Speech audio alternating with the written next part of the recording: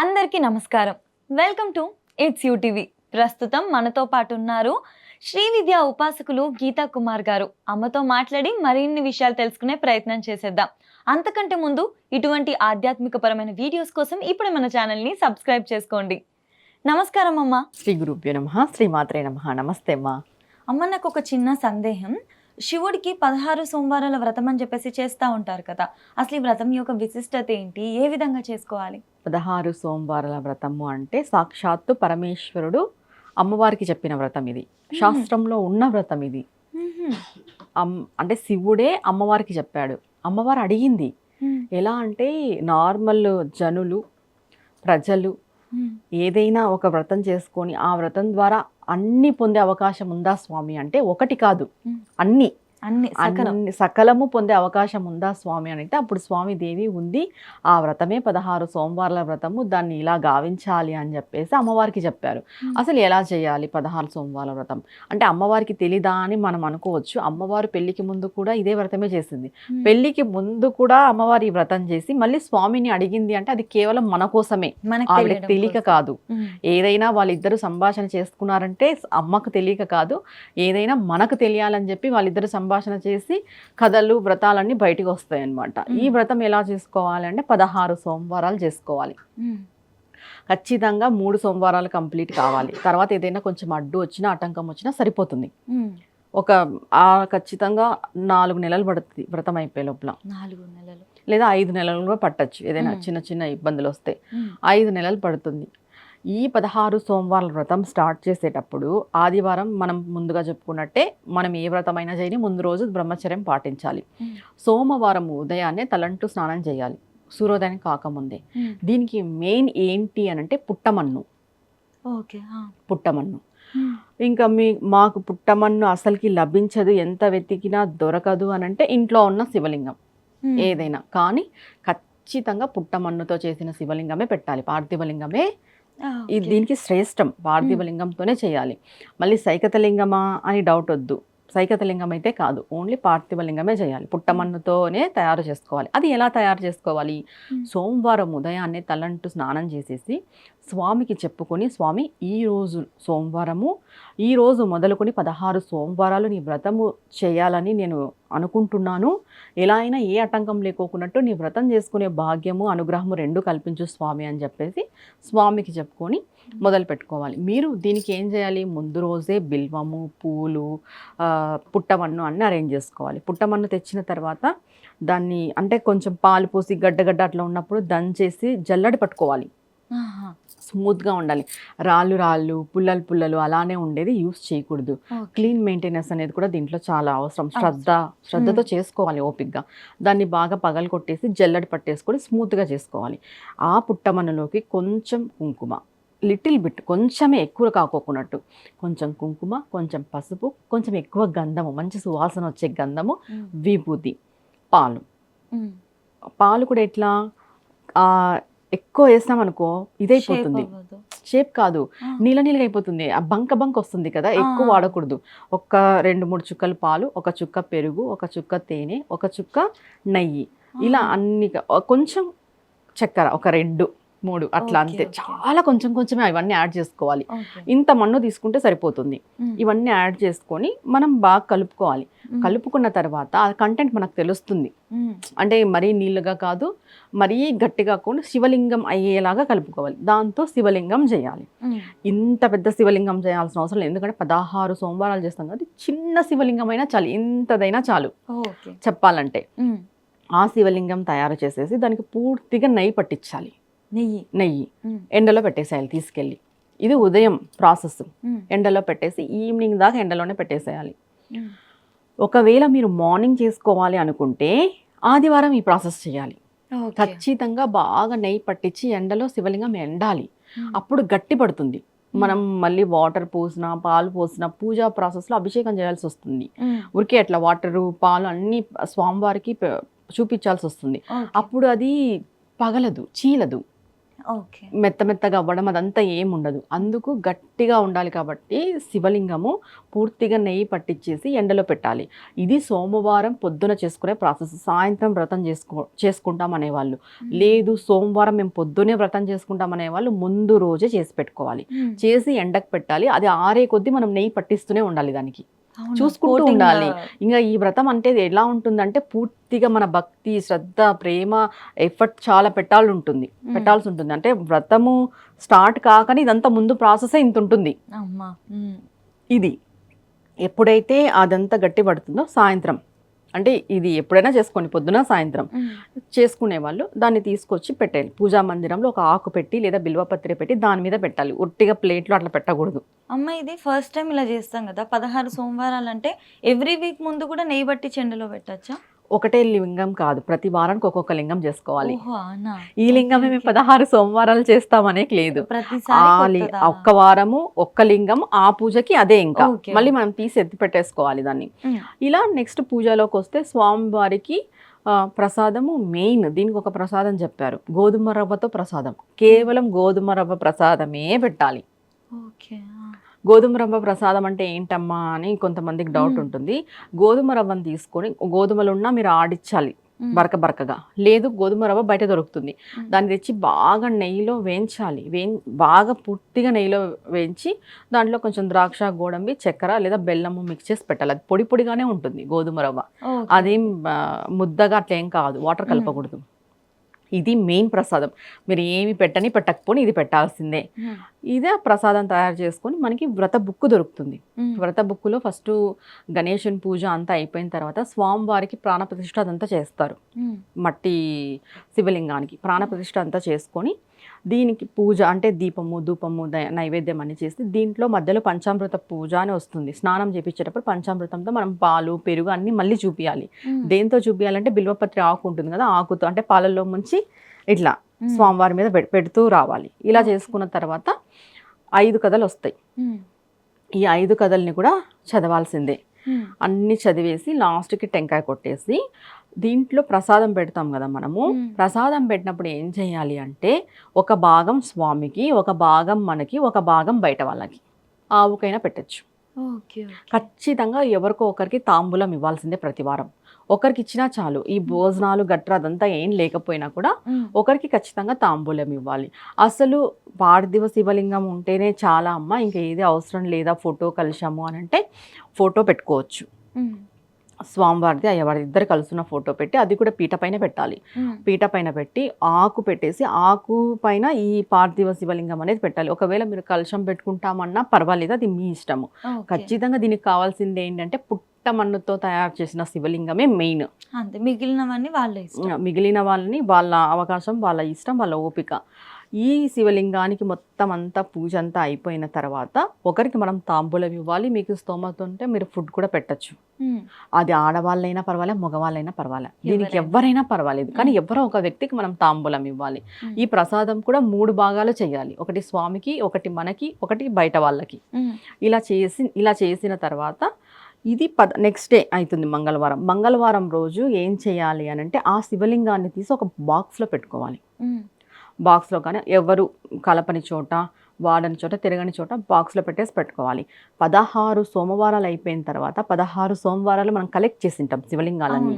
ఆ శివలింగాలన్నీ తీసుకుపోయి ఏదైనా తీర్థయాత్రలు అంటే శ్రీశైలం కానీ, పాతాళగంగా ఉంది, మనకి కోనేరులు ఉంటాయి, నదులు ఉంటాయి, అంటే దేవస్థానాల దగ్గర ఉన్న కోనేరులు, నదుల దగ్గరే కలపాలి తీసుకెళ్ళి. ఎక్కడ పడితే అక్కడ పెట్టకూడదు, ఇది చేయకూడదు కూడా. అసలు ఇది చేయడం వల్ల ఏంటమ్మా లాభము అని అంటే మనకు అన్యోన్య దాంపత్యం కుదురుతుంది. ఫస్ట్ ఇది మనకి పార్వతీదేవి స్టార్టింగ్లో ఏం అడిగింది, మానవులకి అందరికీ అన్ని రకాలుగా ఉపయోగపడే వ్రతం ఏదైనా ఉంది అంటే చెప్పు స్వామి అని స్వామివారిని అడిగింది.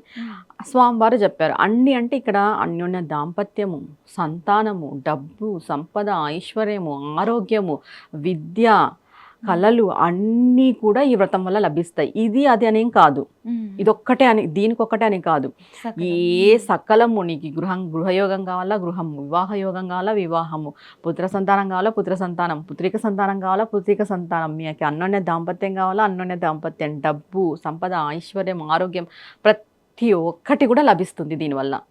ఇది చేస్తే ఇదొకటే అనేది ఏం లేదు. మీరు సంకల్పం దేని కొరకు చేస్తున్నారు అనేది ఇంపార్టెంట్. ఇంకొకటి ఏం చెప్తారు, ఎవరైతే ఈ 16 సోమవారాల వ్రతం చేసి ఉంటారో వాళ్ళకి నిత్య సుమంగళితత్వం కూడా ఉంటుంది. వాళ్ళ సుమంగళితత్వంతోనే వాళ్ళ ప్రాణం పోతుంది అని కూడా చెప్తారు. వాళ్ళు సుమంగళిగానే వెళ్తారు అనేసి. ఇంకా విషయం ఏం చెప్తారు, ఈ 16 సోమవారాల వ్రతము ఎవరైతే చేస్తారో అంటే భార్య కానీ భర్త కానీ దంపతులు కానీ ఎవరైతే చేస్తారో వాళ్ళకి కైలాస ప్రాప్తి కూడా కలుగుతుంది అని చెప్తారు చనిపోయిన తర్వాత. అంత చాలా చాలా మహిమ గల వ్రతము ఈ 16 సోమవారాల వ్రతం అనేది. ఇప్పుడు చాలా వరకు టెంపుల్స్లో కూడా సామూహికంగా జరిపిస్తున్నారు ఈ వ్రతాన్ని. ఇంకొకటి మీరు అన్నట్టుగా 16 సోమవారాలు చేయాలా అంటే ఈ టెంపుల్స్లో ఎలా చేస్తున్నారు అని అంటే 16 పుట్టమన్నుతో లింగాలు చేసేసుకొని 16 లింగాలను పెట్టి 16 లింగాలకి 16 సార్లు పూజ చేస్తున్నారు. ఇది ఒక ప్రాసెస్ ఉంది. ఓకే, ఒకటే రోజులో ఒక్కటే సోమవారము 16 పుట్టమన్నుతో లింగాలు చేసుకోవాలి. చేసుకొని వాటికి ఇప్పుడు నేను చెప్పిన పూజా ప్రాసెస్ ఉంది కదా, ఒక్కొక్క దానికి ఫస్ట్ గణపతి పూజ, ప్రాణప్రతిష్ఠ, పంచోపచార పూజ లేదా షోడశోపచార పూజ చేసేసి స్వామివారి అష్టోత్తరం చదివి కథలు చదివి హారతి ఇచ్చేయడం. మళ్ళీ ఇంకొకటి అట్లా ఒకటే రోజు చేస్తారు 16 లింగాలు తయారు చేసి పుట్టమన్నుతో. ఇది టెంపుల్స్లో చాలా బాగా చేస్తారు. ఒక రోజంతా పడుతుంది. మార్నింగ్ స్టార్ట్ చేస్తే ఈవినింగ్ దాకా అవుతుంది. అంతా వాళ్ళు పురోహితులు కాబట్టి ఫాస్ట్గా చదివేస్తారు, ప్రాబ్లం లేదు. అంతా అయినా కూడా మార్నింగ్ 10కి స్టార్ట్ చేస్తే 3-4కి అంతా అయిపోతుంది. ఒకసారి స్టార్టింగ్లో ఒక 5-6 years ముందు మేము చేయించాం. మా ఊర్లో టెంపుల్లో చేశారు ఇది. ఒక సోమవారం 16 లింగాలు పెట్టేసుకొని పుట్టమన్ను వాళ్ళే ఇస్తారు. ఇంత పుట్టమన్ను దానికి అమౌంట్ కట్టించుకుంటారు. పుట్టమన్ను అంతా వాళ్ళే ఇచ్చి చేసుకోండి అని చెప్తారు. మనం అన్ని 16 చేసి పెట్టుకోవాలి. ఒక్కొక్కసారి ఒక్కొక్క దానికి. అంటే ఈ 16 సోమవారాలు చెయ్యలేని వాళ్ళు, అంటే ఒకరికి కుదురుతుంది కుదరదు, మధ్యలో అంటే 4 to 5 months పడచ్చు, ఈ మధ్యలో ఏమైనా జరగచ్చు, మనం ఏది ఊహించలేం కదా, రేపేం జరుగుతుందో ఊహించలేము. అలాంటప్పుడు ఇలా 4 to 5 months చేయలేని వాళ్ళు, మధ్యలో అడ్డంకులు వచ్చే వాళ్ళు, ఇలా ఉంటది. అలా చేయలేని వాళ్ళు దీనికి ఈ ప్రాసెస్ ఉంది. అంటే ఇది టెంపుల్లోనే చేసుకోవాలమ్మా అని అంటే ఏం టెంపుల్లోనే చేసుకునే అవసరం లేదు. ఇది నార్మల్గా జరిపించే వాళ్ళు ఉంటారు. ఇప్పుడు మేము కూడా జరిపిస్తాం పూజలన్నీ. ఆన్లైన్ ద్వారా కూడా దీనికి అమౌంట్ కట్టి అంటే రావచ్చు, మీరు భౌతికంగా రావచ్చు, ఆన్లైన్ ద్వారా అమౌంట్ కట్టచ్చు. లేదు మేము వచ్చి మీ ద్వారా చేయించుకుంటామన్నా చేసుకోవచ్చు, టెంపుల్స్ ద్వారా చేయించుకుంటామన్నా చేసుకోవచ్చు. మా టెంపుల్స్లో చేస్తారంటే అక్కడికి వెళ్ళి చేసుకోండి. లేదమ్మా మేమే ఓన్గా చేసుకుంటామంటే ఓన్గా చేసుకునే ఇబ్బంది అయిపోతుంది. రాదు కాబట్టి ఓన్గా చేసుకునే ఇబ్బంది పడతారు. ఎవరైనా చేసే వాళ్ళు ఉంటే చేయించుకోండి, మీ ప్రాంతంలో ఇబ్బంది ఏం లేదు, చేసుకోవచ్చు. ఇది కూడా ఒక ప్రాసెస్ ఉంది. 16 సోమవారాల వ్రతంని ఒకటే రోజు 16 సార్లు చేస్తారు. 16 లింగాలు పెట్టి. కాస్త కష్టమైనా కూడా పర్వాలేదు, ఆ రోజు ఒక్క రోజుతో అయిపోతుంది. కంప్లీట్గా స్వామివారి యొక్క అనుగ్రహం కూడా కలుగుతుంది. మళ్ళీ ఇప్పుడు శాస్త్రంలో చెప్పింది అయితే 16 సోమవారాలే అమ్మా. 16 లింగాలు ఒకటే సోమవారం అనేది లేదు. కానీ 16 సోమవారాలు చేసుకోలేని వాళ్ళు ఇది చేసుకోవచ్చు ఆల్టర్నేట్ గా ఏదో ఒక విధంగా. మనం చేస్తున్నాం కదా, అంటే 16 సార్లు పూజ ఒకటే రోజు చేయడం అనేది కూడా అంత ఈజీ విషయం కాదు, చాలా ఇబ్బంది అసలు. అవునవును, మనకేదో ఒక రోజులో అయిపోతుంది అనుకుంటున్నాం కానీ చేసే వాళ్ళు అక్కడ మనం పార్టిసిపేట్ చేసేటప్పుడు అర్థమవుతుంది మనకి ఎంత ఇబ్బంది అనేసి. అని చాలా బాగుంటుంది, ఏది చేసినా రెండిట్లో చాలా బాగుంటుంది. అది ఇదనేం కాదు, రెండు చేసుకున్నా చాలా మంచిది ఓపిక ఉంటే. ఓకే, అంటే చక్కగా 16 సోమవారాలు ఇలా లింగాన్ని చేసుకొని ముందు రోజు చేసుకోవచ్చు, పొద్దున్న చేసుకోవచ్చు. ఒకరికైతే తాంబూలం ఖచ్చితంగా. అసలు ఎప్పుడు మొదలు పెట్టుకోవాలనే ఆలోచన కూడా ఉంటుంది. మనకి చాతుర్మాస్య దీక్ష అని ఆషాఢం నుండి మొదలవుతుంది. ఆల్మోస్ట్ అందరూ చాతుర్మాస్య దీక్ష ఇప్పుడు అందరూ చేస్తున్నారు. పెద్ద పెద్ద గురువులు, పీఠాధిపతులు, మఠాధిపతులు అయితే ఖచ్చితంగా ఆచరిస్తారు చాతుర్మాస్య దీక్ష. ఈ చాతుర్మాస్య దీక్ష స్టార్ట్ అయినప్పుడు మొదలు పెట్టుకున్నారంటే అది 4 నెలలు ఉంటుంది, ఖచ్చితంగా సరిపోతుంది. 4 అటుపక్క ఏదైనా ఒక నెల అటు ఇటు అయినా కూడా ఈ చాతుర్మాస్య దీక్ష టైంలో 16 సోమవారాల వ్రతం పెట్టుకున్నామంటే ఆటోమేటిక్గా అన్ని సెట్ అయిపోతాయి. కార్తీకం దగ్గరకు వచ్చేస్తుంది పూర్తిగా. అంటే అమ్మ ఇందులో కూడా సమయపాలన ఉంటుందా? ఒకసారి సోమవారం పొద్దున చేస్తే మిగిలిన 15 సోమవారాలు కూడా పొద్దునే చేయాలని?